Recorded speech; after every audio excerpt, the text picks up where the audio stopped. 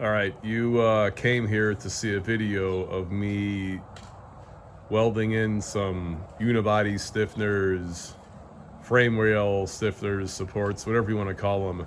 But before I do that, I want to make a quick point to everybody. If you're thinking about buying a used XJ or ZJ for the purpose of like building it into like an off-road machine, I want to encourage you all to buy the XJ over the ZJ. The ZJ may have a better, more compliant suspension system to go over rocks and stuff because it's got a 4-link in the rear versus having leaf springs in the rear, which the XJ has. But there is a design flaw in the ZJ which makes them not last as long as the XJs do. Chrysler cars rust. That's just a fact of life. You got to deal with it. But the air conditioning condenser drains into the hat channel that runs longitudinally along the ZJ, whereas if you buy like an XJ from the same generation, you have your air conditioning condenser draining out of a tube and it doesn't rot out the undercarriage. Your floorboards, your undercarriage, they're still gonna rot. But the structure, the main structure, the support of your Jeep is gonna go first on the ZJ before it goes on your XJ. That's good advice, free advice. You're welcome. Now have fun in this video. All right, so here's the plan. We're gonna get some ZJ frame stiffeners from DB Metalworks. Put them underneath the car, fix all the rust, cut off the rockers, add some 4x6 square tubing, make an awesome ZJ. All right, it's time to do something about this. I got a ZJ, and there ain't nothing left of this hat channel here. It's all garbage. Even over here. It's so bad that I'm afraid the transmission's gonna just like fall out of this car. Or whatever, like the transmission cross member is gonna come loose. It's gotten so bad that I have a 10mm bolt that I ran up through the floorboards, and there's like a piece of I don't know, like 3/16 steel, like a giant washer that I made just in case the thing lets loose while I'm driving. I'm cheap. I don't want to buy another car. There's nothing really wrong with this car other than what most normal people would say is something worth getting rid of the car over. But there's a company out there called DB Metalworks. I'll put a link somewhere in the description. And for about $150 shipped, I think that was what I paid for this, I more or less can repair this. My coworkers at work are laughing at me because they claim there's nothing to weld this thing to, but I'll figure something out here. Car's in good shape, but unfortunately the AC condenser kind of just drains inside this hat channel, and there's nothing left of the hat channel. I'm not gonna like go into detail about how I do this. This is one of those things where if you have no idea what the hell you're doing, you probably shouldn't be doing anything, and you should get rid of the car. But I think I can squeeze another 5 or 10 years out of this thing. All right. I'm also going to add some rock sliders. The rockers are gone. I'm going to tie the hat channel that I'm going to replace underneath the car to some rock sliders that I'm going to weld onto the body where the rocker panel, or what's left of it, is. I'm using 4x6. I think that's 3/16 of an inch steel. It's kind of heavy. I couldn't really find anything made out of 11 gauge that wasn't cost prohibitive. But yeah, I'm gonna do what a lot of people do, but instead of using a 2x6, I'm gonna use a 4x6. Cut along here, and just replace all this with something significant. And then I'll tie the, again, I'll tie that repair to what I'm gonna do over here in the rocker.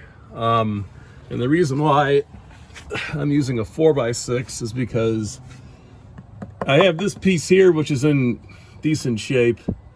And then all the way over here, I got another one that's in decent shape that I can weld that 4x6 to right here. And then I'll put some supports that go across. It'll be good and tough. And not stupid crap to watch on YouTube. You see a lot of these sections get cut off on YouTube.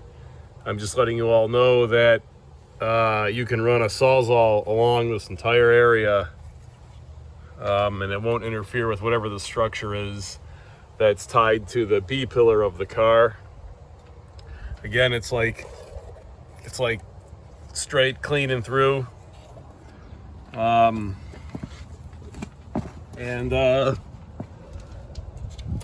You know, I thought this was still pretty solid. It indeed is, even though everything else around it was rotten. I assume yours is going to be the same way. So this piece here is pretty good. This piece here appears to be pretty good. And then just, you know, not good. This is all just not good. This is all just falling apart. So I'll be able to tie the reinforcements to here, and then back here, you know, this is all for the most part like good and solid and rust free still. This isn't even open to the elements yet. That I don't even want to call that latitudinal support. So this car is, it's dangerous as it is, but it can be saved and probably made to be a-okay again. That's why I'm doing this. It ain't that bad. Sure looks that bad though, don't it? All right, so you see a lot of people kind of cut this thing out of here where the B pillar is on your car. I'm gonna do the same thing. Here's why. I don't know if you can see this or not, but like this thing isn't even attached to anything. It's just kind of like, you know, hanging down there. So if I cut along here, this B pillar, whatever's hanging down here, it isn't going to be weakened in any way. And the replacement rocker or rock slider or whatever you want to call it, you know, that thing can remain intact all the way along the side of the car.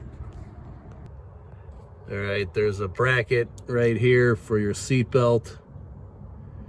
I'm gonna preserve that. I'll cut a slot in the rock slider or the rocker to leave that intact. You know, sometimes I think God's looking out for me.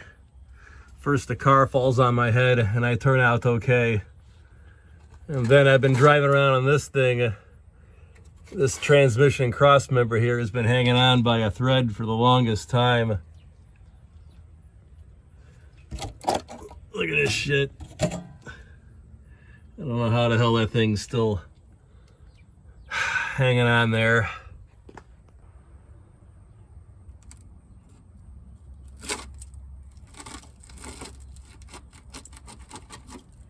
A thread. Well, there's nothing here to fix.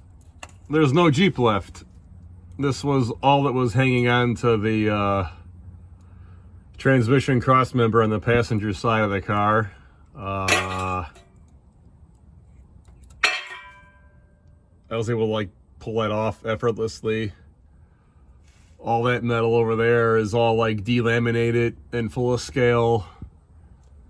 All the metal here is the same way, like all the way through this whole thing.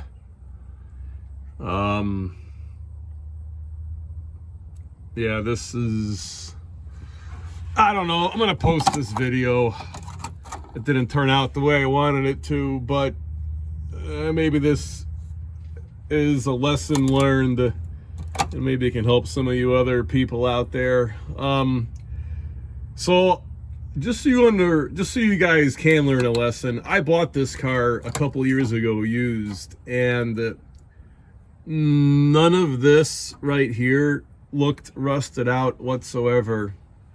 It wasn't until after I had owned the car for a month or two, when I was working on it, that I noticed that there was like these two cracks on like each side of this hat channel here, right? And like I said, like there's nothing left of this hat channel. Like I'm able to pull it apart. Anyways, I like this whole like rotted out section was hidden from me, and I didn't even know it. And then I was kind of like just beating on it, poking around, and this whole thing opened up, and I'm like, oh shit, like this is really rotted out. And yeah, like I said, I didn't even know if you can see it right here, but even like this steel here towards the rear of the car is like cracked and delaminated. Like when I hit this with a hammer, just tons of metal comes falling out of here.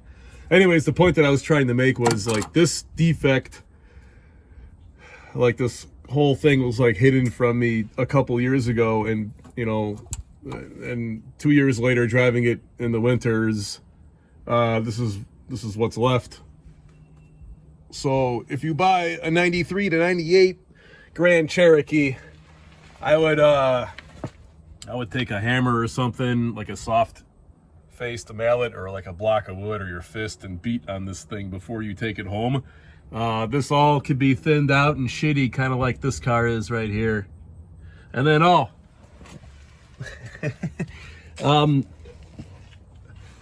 I kind of alluded to something that happened to me in the past about a car falling on my head. Always block your, whatever, like jack stands and blocks are important. That piece of shit Harbor Freight transmission jack right there, it just like failed on me. And if I didn't have that block of wood underneath the transfer case, all that would have like tipped, you know, downward to the ground and basically like forced the engine upward into the firewall. So yeah, like safety first, redundancy and things when you're lifting cars off the ground is probably a very good thing. As if you can spend the money, I know everything's made in China nowadays, but stay away from that junk at Harbor Freight. This is what I have to show for it after spending half as much money as I could have on something that was, you know, maybe made in America and of quality. Thanks, Harbor Freight. You better love me tonight.